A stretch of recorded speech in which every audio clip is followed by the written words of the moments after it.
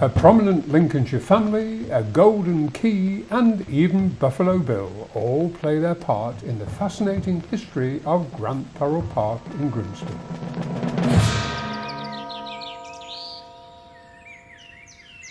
There's two families in the area, one called Grant and one called Thorold. Alexander William Grant, born in 1820, he took a decree to have his name changed to Alexander William Grant Thorold. All his children took the name Grant Thorold. This family gave a hell of a lot back to this community. They donated the land that we stood on, and to be honest, it's fantastic what they've done to this area as far as I'm concerned. The official opening in 1904 with a golden key was a grand occasion which witnessed the thrilling rescue by Buffalo Bill and his Wild West show. 30th of June 1904, the Grimsby Telegraph described it as a red letter day. They did. And to be honest, it was a red letter day because we've now got this brilliant open space. In the morning there was sort of various events and they had a great big marquee and there was literally crowds of people in this park. It was a brilliant day, but the marquee blew over in the wind. And close by at Five Ways was Buffalo Bill's Wild West show.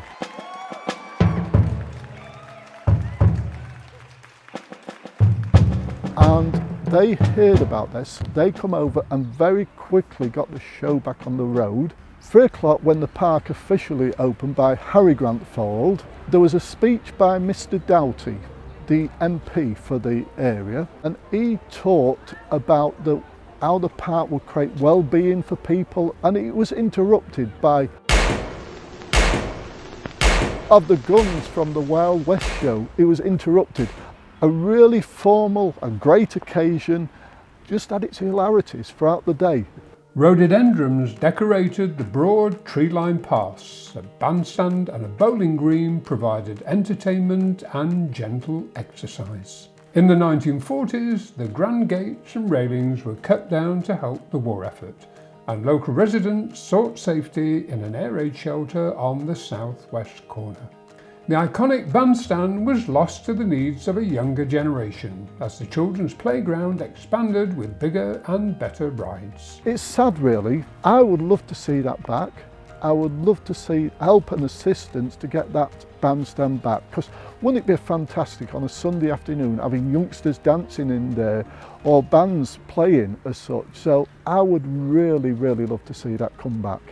The park holds many happy memories for local residents who played as children in its green spaces and grazed their knees on the swings and slides. The swings, the witch's hat, the flowers, always flowers, the flower beds over there. Over that side was a tennis court. Where we're actually stood now was a bowling green. The keep off the grass signs, you know, you were never allowed on the grass. And you had a park keeper then.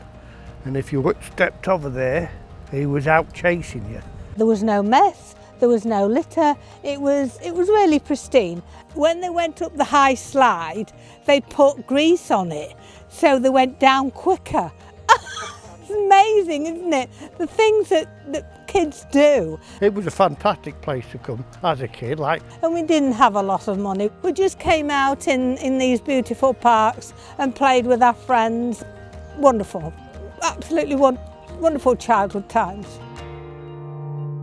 The recent addition of a new library, cafe and community centre has encouraged more families into the park. The old library was down there. That library was demolished and this new library, this new facility here was built in 2010.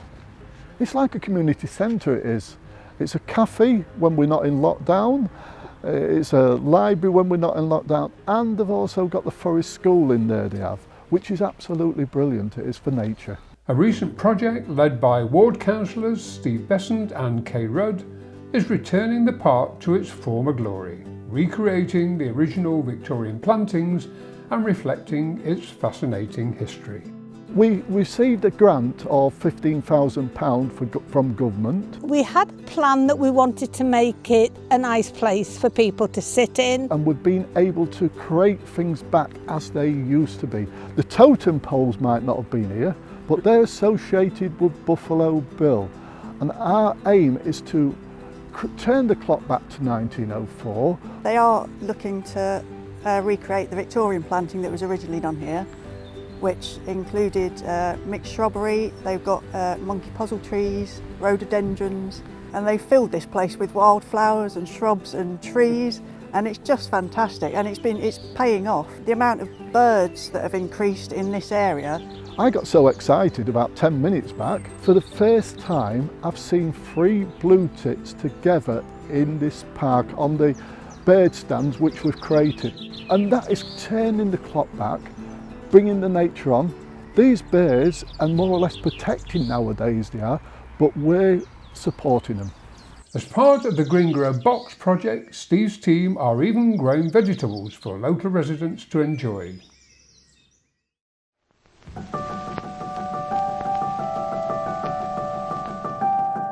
It's just fantastic. Every time you come here, there's something else that they've improved upon or enhanced it.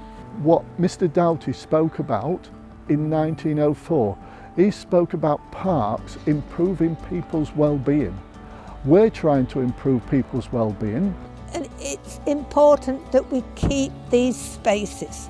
Thanks to the work of local ward councillors and their team of volunteers, Grant Thorold Park is once again a thriving and pleasant space in the heart of the local community, reflecting the vision of the benevolent Lincolnshire family who founded it over a century earlier.